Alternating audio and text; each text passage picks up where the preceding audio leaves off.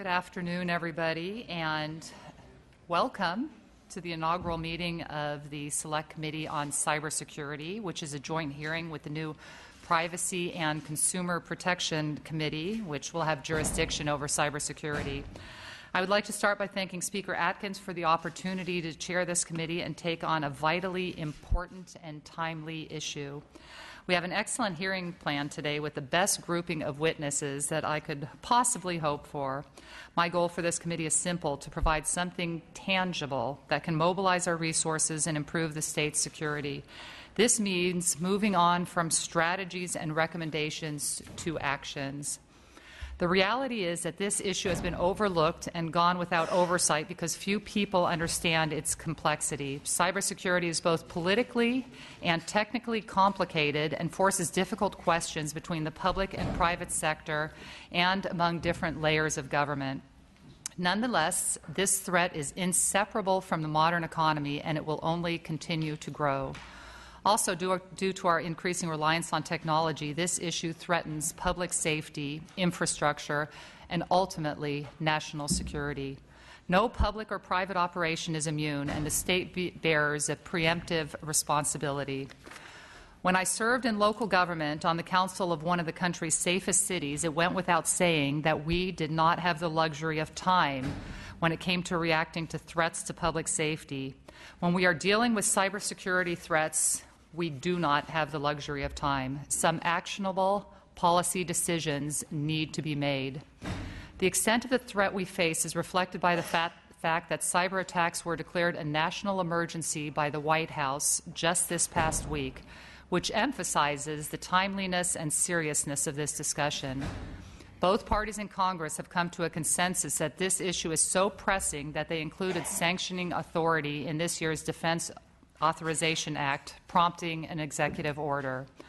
Malicious actors are having open season on California public institutions and private companies, and it is costing our economy billions of dollars annually. If these attacks were physical attacks, it would be safe to say that the state and public response would be much more robust. If a school or hospital were attacked, the resources of the state would align accordingly with a much greater sense of urgency. This is also a timely discussion because members of this House are engaged in the budget process, which is an expression of priorities. Cybersecurity is a priority, and today we will hear about why in great detail. The state cannot afford to put this off another year, and I would encourage my colleagues and those presenting today to keep this in mind. California has an opportunity to set an example by prioritizing cybersecurity and establishing best practices that need to be followed. Our state proved time and time again that we have the talent and leadership to solve significant challenges that impact the rest of the country. Additionally, there is a mutual benefit in improving security at all levels. A more secure state government will benefit California businesses and every individual. Due to the nature of this issue, we are only as strong as our weakest link. Our smallest or most outdated computer networks have access to vital stores of data and critical networks that provide services to Californians. This committee will work to accelerate the steps being taken to protect California from these cyber threats and start by taking a self-critical look and cleaning up our own house. I would like to thank the Privacy and Consumer Committee on this cybersecurity for joining us here today. Thank you, Mr. Gatto. The concepts discussed by this Select Committee will be heard and voted on by the Standing Committee, so your early engagement on this issue is certainly appreciated. Our goal is not to look back, but to focus on steps that needed to be taken here and now. I want to turn ideas into action and put our state in a position of leadership and to capitalize on the potential within this issue. And now I would like to give Mr. Gatto the opportunity for a few remarks. Thank you very much. Thank you very much. Still not live. Here we go. Thank you very much, Madam Chairwoman, and I want to thank you for having the foresight and the initiative to create this Select Committee on Cybersecurity, which is one of the most important issues, of course, that is facing our nation and our state. I think I speak for most of the members of the legislature and certainly the members on this dais here today that we are here to listen, and we are here to seek the best practices that all the experts that are here today will suggest. It's been said that the worst thing to hear from the government is that we are the government and we're here to help. We, though, I think acknowledge that the state has to take some kind of action here. We have to help our existing infrastructure and our existing networks and our existing government departments make sure that their security is sufficient to protect the crucial data for Californians and for state resources. The data breaches that have occurred in the United States recently have been something that I think most people have watched, and we recognize that it's only a matter of time before something like that happens to a crucial government resource and subjects us to a lot of questions in terms of why we didn't catch it earlier and what we are doing to protect people from that in the future. So we look forward to whatever ideas you may have, not just today in this public hearing, but also those that you want to contact us on in the future. And we thank you again for being part of this hearing. Thank you very much, Assemblyman Gatto. And I would also like to recognize that Congressman Jerry McNerney is in the room today. Thank you very much for joining us. So we'll start with our first speaker, and from the Governor's Office of Emergency Services, we have Director Mark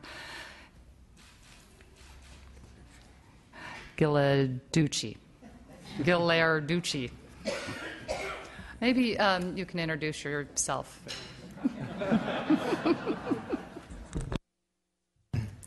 Good afternoon, Chairman Irwin, Member Gatto, and the members of the Joint Committee.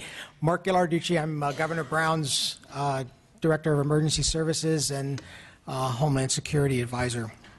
And first, let me thank you all for the opportunity to spend a little time with you today to talk about cybersecurity, which is certainly an evolving and complex threat that has already been stated is facing our state and certainly our country. And really, no discussion about cybersecurity can take place without first really kind of understanding existing threats. And because this is so broad, really, when you're talking about everything from a very sharp youngster in their home hacking into computer systems, all the way up to criminals doing cybercrime, stealing personal data and financial data, maybe doing cyber espionage, all the way up to state-sponsored or nation-sponsored terrorist attacks. So it's a very broad set of threats, and it takes. And first, let me say that there is no real silver bullet for dealing with cyber threats, and it takes a collective and collaborative approach of many organizations and agencies on the government side, and a very close working relationship with the private sector to be able to come together to address this. We know that data, money, ideas are all lost through cyber intrusions. Personal identities are compromised and exploited. Businesses are disrupted. Classified networks and critical infrastructures are targeted or damaged. And we have seen terrorist plots by both domestic sources or state-sponsored actors that are organized and implemented to impact our networks, our systems. Cyber plays a role in almost every aspect of our personal, professional, and collective lives. And cyber threats, small and large, exist in tandem, resulting in potentially multiple, complex, and cascading impacts, which is something to consider as we plan for this, that sometimes what you see isn't what's happening. It's really something that's coming down the pike, or something that is programmed to occur at a later date. So as state government, we have an obligation to protect and preserve our public and infrastructure and our economy. In fact, cyber threats and potential impacts affect all 18 of our critical infrastructure sectors. Those 18 sectors include chemical, communications, commercial facilities, critical manufacturing, dams, defense, energy, emergency services, financial, food and agriculture, government, healthcare, information technology, transportation, nuclear, and water systems. So you can imagine across the spectrum, all of these different sectors are not immune from a potential cyber attack on some level. And we know that a significant incident could have catastrophic or cascading impacts on both the state and the nation. For example, a cyber attack we know could destroy or disrupt the systems that regulate nuclear power, electricity or the power grid, wastewater treatment, a defense platform, natural gas resources, or any automated transportation. In essence, our spinning infrastructure. An attack could also disrupt communications and global positioning tracking capabilities, services vital to efficient airline travel, military operations, and emergency response. And in fact, in recent months and over the last year, we've actually had attacks on our 911 system here in California, where whether we had a denial of service attack or we had a situation where our 911 was compromised in some form or fashion. Most importantly is that a cyber attack could destabilize the economy, disrupting or diverting the flow of capital by taking down or impacting points of sale platforms, infiltrating finance and banking institutions, stealing proprietary information, and affecting international stock and trade.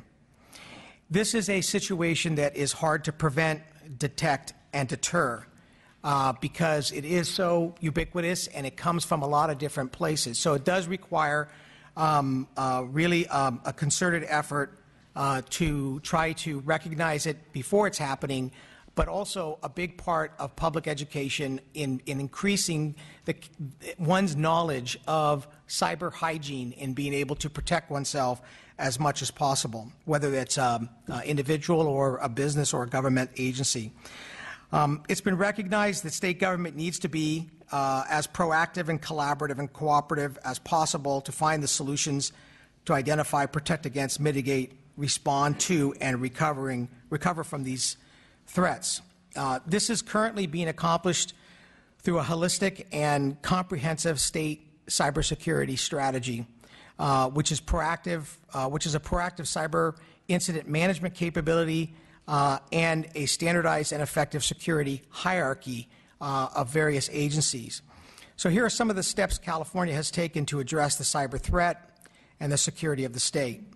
At the direction of the governor and as the Homeland Security Agency for the state of California, Cal OES, my agency, has made establishing statewide cybersecurity strategy a primary objective. However, on a daily basis, California has a number of agencies and departments that work in concert with local private sector and federal organizations to detect, deter, investigate, and mitigate crime. This includes the following. OES, my agency, the state's Homeland Security and Emergency Management Agency, coordinates overall state agency response, mitigation, and consequence management. In addition, Cal OES coordinates the 6 states fusion centers, which are our intelligence gathering centers, who play a key role not only in intelligence and information sharing, but also in support of cybercrime and terrorism risk assessments regionally and within the state, nationally, and with international partners. The California Highway Patrol, which we'll be speaking a little bit later, is an integral component of our state threat assessment system and our fusion centers. The California Department of Technology, and particularly the Chief Information Security Officer, in place to protect the ca.gov domain and ensure for security performance assessments, as well as helping to facilitate California's Emergency Function 18, cybersecurity, which I'll talk about in a minute. The California National Guard, which is in place to perform assessments and penetration tests, support forensics activities, and to protect the .mil domain and assist state agencies with the protection of the .gov domain. Of course, as I mentioned, the California Highway Patrol, who perform criminal investigations and prosecutions, support overall state security, and participate in local, state, and federal high-tech crime task forces. And lastly, the California Department of Justice, Office of the Attorney General, who assists criminal investigations and prosecutions by performing forensics and facilitates the e-crimes unit as well as providing legal analysis. That is all a significant capability that has been working for a number of years, and it continues to take on a greater role as we see an increase in the number of cyber attacks that we're facing as California. However, California's cybersecurity focus goes beyond the protection of just state agency data and systems. In responding to this evolving homeland security threat and utilizing California's standardized emergency management system, OES is participating with its operational partners, looking at the state holistically, including public and private sectors, academia, and overarching the 18 critical infrastructure sectors to ensure that those various sectors do have cybersecurity enhancements and protections to minimize or mitigate, buy down the risk that they're facing. In 2013, the California Cybersecurity Task Force was created as a function of the state's Homeland Security Strategy. Chaired jointly by my office and the California Department of Technology, the task force is a collaborative and cooperative group of almost 350 public, state, and local, academic, and private stakeholders. In fact, there are close to 100 private sector participants, over 30 universities and academics, 20 utilities, and a number of non-governmental organizations.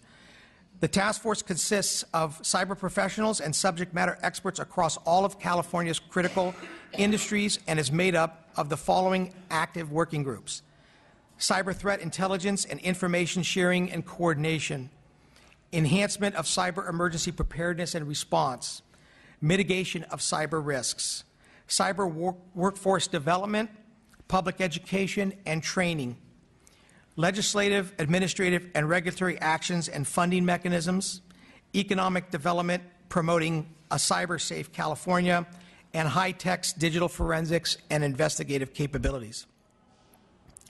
Using memorandums of understanding, the task force members can be leveraged to provide mutual aid as necessary to California in support of significant cyber incident response operations. Task force members can provide pragmatic, up-to-date advice and recommendations on regulations, policies, and standards pertaining to cybersecurity and consumer privacy protection. And the task force serves as a central body for non-incident cyber threat information sharing. OES is continuing to actively work with the Governor's Office, legislative leaders, and participating organizations towards the development of a full and comprehensive cybersecurity strategy. This includes finalizing the state's cyber emergency plan, its governance, and its integration plans, working towards the establishment of a central unit for cyber threat analysis and intelligence information sharing, and implementation of an inherent and enhanced cyber capability that will analyze and report cyber threat information, aid in prevention and mitigation of cyber threats through real-time assessments and recommendations, and coordinate threat response and recovery across industry partnerships. In addition, as part of the revamp and upgrade of the state's emergency plan, OES has established emergency functions to tie in with the various catastrophic disaster response plans. These emergency functions correspond to the federal government's emergency support functions.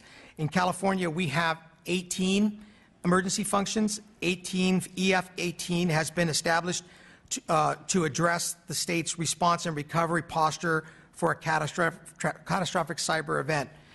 Currently, California Technology Agency Department has been facilitating the development of our emergency function 18.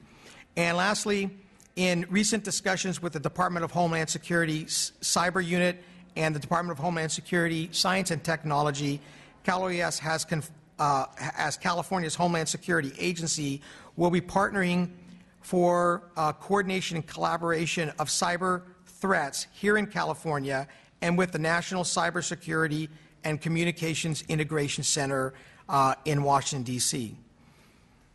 Now, we know and we realize that we can't stand still and wait for these cyber threats to engage us. In fact, we know that they are occurring and that they will continue to occur, and we can't prevent all of them, but we must be prepared and responsive and resilient as we move forward. So I want to again thank the committee very much for the opportunity to just give you a brief overview of the various aspects of this evolving and pretty complicated situation. Thank you very much, Mr. Ghilarducci. And I just have a couple of questions before I open it up to the committee. In OES's viewpoint, what's the appropriate government structure for cybersecurity and leadership going forward?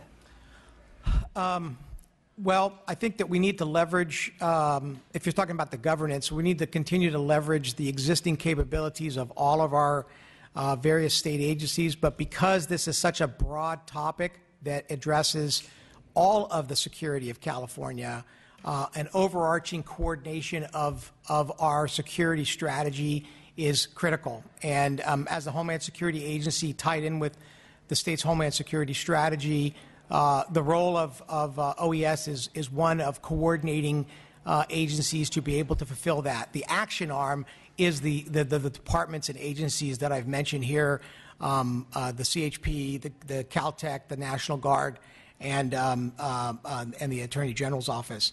And then through our relationships with local government and with the private sector engagement, we've got now something like 30 memorandums of agreement in place with private organizations throughout California.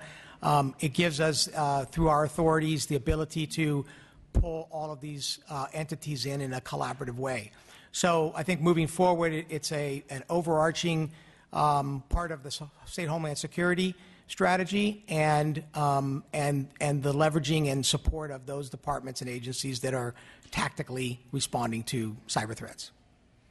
All right, thank you for that. And then you talked about the Emergency Security Function 18. And I know that it was supposed to be out last fall. What is the expected release date?